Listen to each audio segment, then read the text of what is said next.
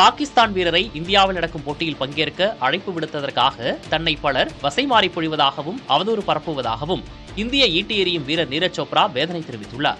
மேலும் அந்த அழைப்பு பஹல்காம் தாக்குதலுக்கு முன்பே விடுத்தது என்றும் நீரஜ் சோப்ரா விளக்கம் அளித்துள்ளார்.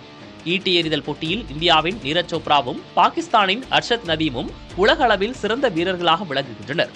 இருவரும் தலா ஒரு ஒலிம்பிக்கில் தங்கப்பதக்கம் வென்றுள்ளனர். இருவரும் தனிப்பட்ட முறையில் சிறந்த நண்பர்களாக உள்ளனர்.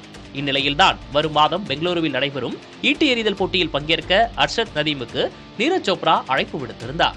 பாகிஸ்தானியருக்கு அழைப்பு விடுத்தது பெரும் சர்ச்சையை ஏற்படுத்தியது. எனினும் தனக்கு வேறு ஒரு போட்டி இருப்பதால் இந்தியா வர இயலாது என அர்ஷத் நதீம் ஏற்கனவே மறுப்பு தெரிவித்துவிட்டார். இந்நிலையில் எக்ஸ் தளத்தில் விளக்கமளித்துள்ள நீரஜ் சோப்ரா, எனது நட்பை விட என் நாடும் அதன் நலனுமே முக்கியம் என்றும் கூறியுள்ளார்.